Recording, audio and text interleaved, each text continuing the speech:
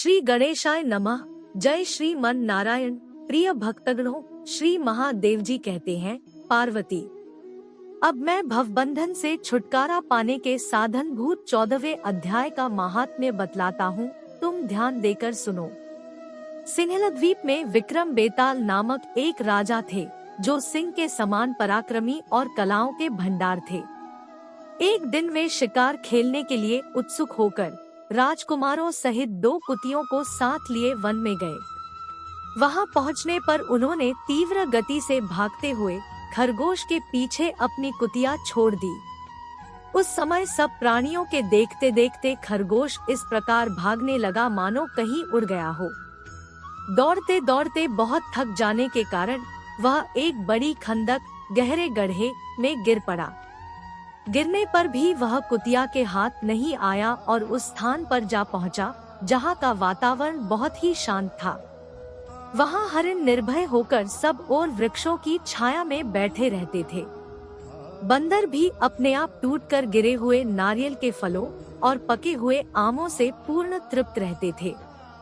वहां सिंह हाथी के बच्चों के साथ खेलते और सांप निडर होकर मोर की पांखों में घुस जाते थे। उस स्थान पर एक आश्रम के भीतर वत्स नामक मुनि रहते थे, जो जितेंद्रिय एवं शांत भाव से निरंतर गीता के 14वें अध्याय का पाठ किया करते थे। आश्रम के पास ही वत्स मुनि के किसी शिष्य ने अपना पैर धोया था। ये भी 14वें अध्याय का पाठ करने वाले थे। उसके जल से वहाँ की मिट्टी गीली हो गई थी। खरगोश का जीवन कुछ शेष था। वह हांफता हुआ आकर उसी कीचड़ में गिर पड़ा। उसके स्पर्श मात्र से ही खरगोश दिव्य विमान पर बैठकर स्वर्गलोक को चला गया। फिर कुतिया भी उसका पीछा करती हुई आई। वहां उसके शरीर में भी कुछ कीचड़ के छींटे लग गए। फिर भूख प्यास की पीड़ा से रहित हो कुतिया का रूप त्याग कर उसने दिव्यांगना का रमणीय रूप धारण कर लिया तथा गंधर्वों से सुशोभित दिव्य विमान पर आरूढ़ हो वह भी स्वर्गलोक को चली गई।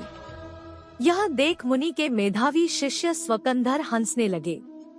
उन दोनों के पूर्वजन्म के वैर का कारण सोचकर उन्हें बड़ा विस्मय हुआ था। उस समय राजा के नेत्र भी आश्चर्य से चकित हो उठे। उन्होंने बड़ी भक्ति के साथ प्रणाम करके पूछा, विप्रवर, नीच योनि में पड़े हुए दोनों प्राणी कुतिया और खरगोश ज्ञानहीन होते हुए भी जो स्वर्ग में चले गए, इसका क्या कारण है? इसकी कथा सुनाइए। शिष्य ने कहा, भूपाल, इस वन में वत्स नामक ब्राह्मण रहते हैं। वे बड़े जितेंद्रिय महात्मा हैं। गीता के 14वें अध्याय का सदा जप किया करते हैं। मैं उन्हीं का शिष्य हूँ। मैंने भी ब्रह्म विद्या में विशेषज्ञता प्राप्त की है। गुरुजी की ही भांति मैं भी 14वें अध्याय का प्रतिदिन जप करता हूँ। मेरे पैर धोने के जल में लौटने के कारण यह खरगोश कुतिया के साथ ही स्वर्गलोक को प्राप्त हुआ है। अब मैं अपने हंसने का कारण बताता हूँ। महाराष्ट्र में प्रत्युदक नामक महानगर है। वहाँ केशव नाम का एक ब्राह्मण रहता था, जो कपटी मनुष्यों में अग्रगण्य था। उसकी स्त्री का नाम विलोभना था। वह स्वच्छंद विहार करने वाली थी। इससे क्रोध में आकर जन्म भर के वैर को याद करके ब्राह्मण ने अपनी स्त्री का वध कर डाला और उसी पाप से उसको खरगोश की योनि में जन्म मिला। ब्राह्मणी भी अपने पाप के कारण कुतिया हुई। श्री महादेव जी कहते हैं, यह सारी कथा सुनकर श्रद्धालु राजा ने गीता के 14वें अध्याय का पाठ आरंभ कर दिया। इससे उन्हें परंगति की प्राप्ति हुई। पिछले अध्याय में आत्मा और भौतिक शरीर के बीच के अंतर को विस्तार से समझाया गया था।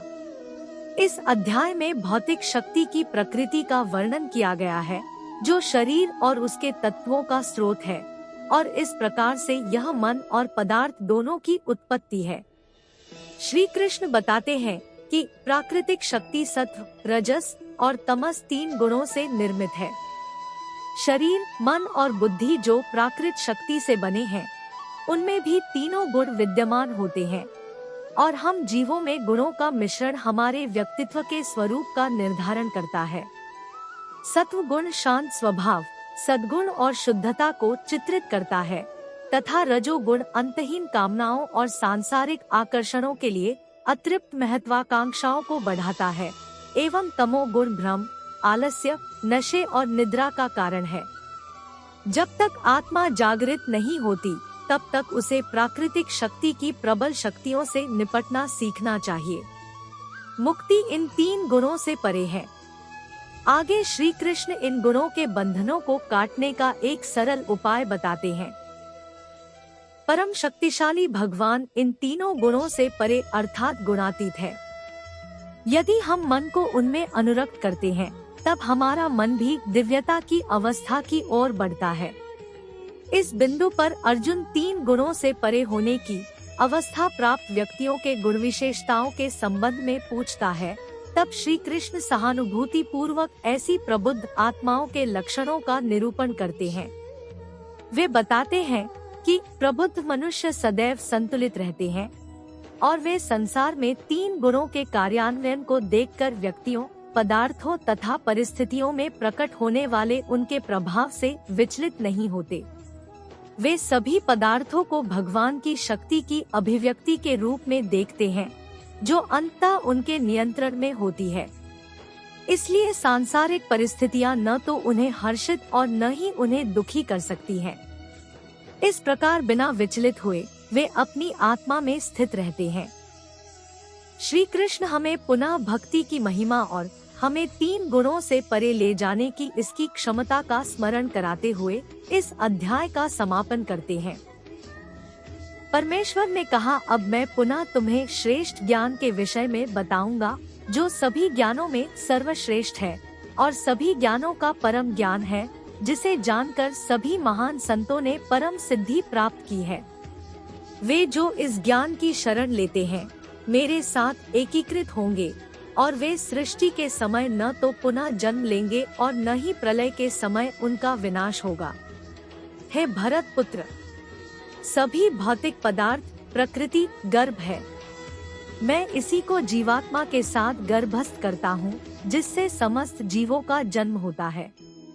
हे कुंती पुत्र, जिसमें सभी प्रकार की जीव योनियां जो जन्म लेती है उनकी भौतिक प्रकृति गर्भ है और मैं उनका बीज प्रदाता जनक हूँ। हे महाबाहु अर्जुन, प्राकृतिक शक्ति सत्व, रजस और तमस 3 गुणों से निर्मित है। ये गुण अविनाशी आत्मा को नश्वर शरीर के बंधन में डालते हैं। इनमें से सत्वगुण अर्थात अच्छाई का गुण अन्यों की अपेक्षा शुद्ध होने के कारण प्रकाश प्रदान करने वाला और पुण्य कर्मों से युक्त है। हे निष्पाप अर्जुन, यह आत्मा में सुख और ज्ञान के भावों के प्रति आसक्ति उत्पन्न कर उसे बंधन में डालता है। हे अर्जुन, रजोगुण की प्रकृति मोह है। यह सांसारिक आकांक्षाओं और आकर्षणों से उत्पन्न होता है और आसक्ति के माध्यम से आत्मा को कर्म के प्रतिफलों में बांधता है।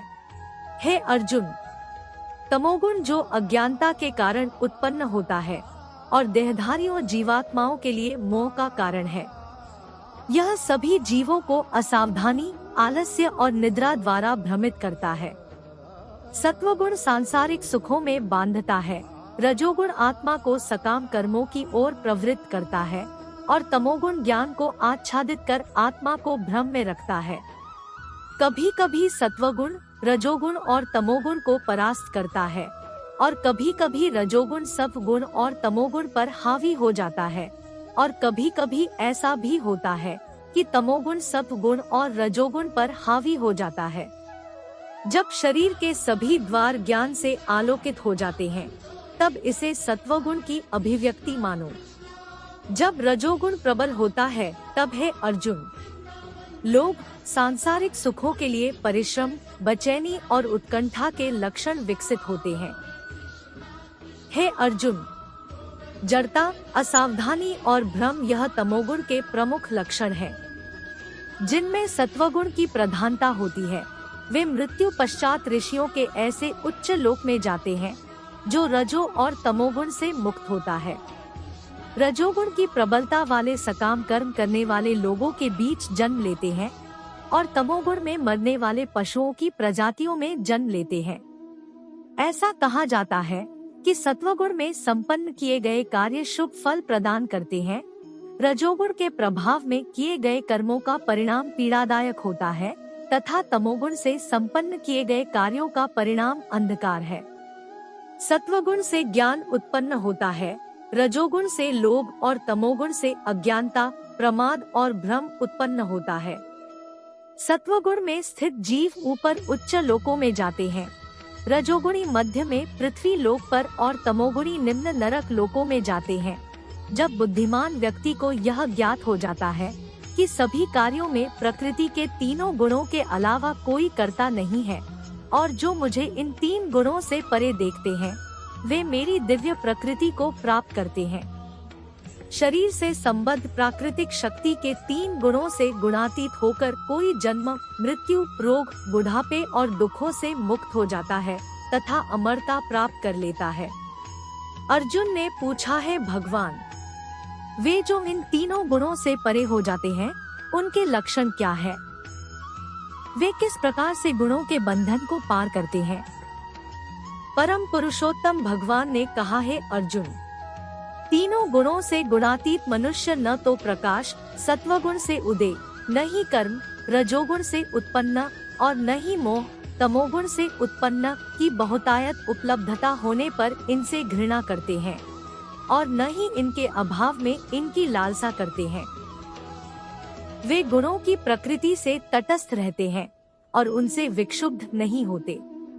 वे यह जानकर कि केवल गुण ही क्रियाशील है, इसलिए वे बिना विचलित हुए आत्मस्थित रहते हैं। वे जो सुख और दुख में समान रहते हैं, जो आत्मस्थित हैं, जो मिट्टी के ढेले, पत्थर और सोने के टुकड़े को एक समान दृष्टि से देखते हैं, जो प्रिय और अप्रिय घटनाओं के प्रति समता की भावना रखते हैं। वे बुद्धिमान हैं, जो दोषारोपण और प्रशंसा को संभाव से स्वीकार करते हैं, जो मानापमान की स्थिति में समभाव रहते हैं, जो शत्रु और मित्र के साथ एक जैसा व्यवहार करते हैं, जो सभी भौतिक व्यापारों का त्याग कर देते हैं। वे तीनों गुणों से ऊपर उठे हुए गुणातीत कहलाते हैं। जो लोग विशुद्ध भक्ति के साथ मेरी सेवा करते हैं वे प्राकृतिक शक्ति के तीनों गुणों से ऊपर उठ जाते हैं और ब्रह्मा पद के स्तर को पा लेते हैं। मैं ही उस निराकार ब्रह्मा का आधार हूँ, जो अमर, अविनाशी, शाश्वत धर्म और असीम दिव्य आनंद है। बोलिए जय श्री कृष्णा। आज की आपको यह वीडियो कैसी लगी? अगर वीडियो अच्छी लगी हो तो वीडियो को लाइक, शेयर और चैनल को सब्सक्राइब कर कमेंट में जय हरि विष्णु लिख दीजिएगा। धन्यवाद।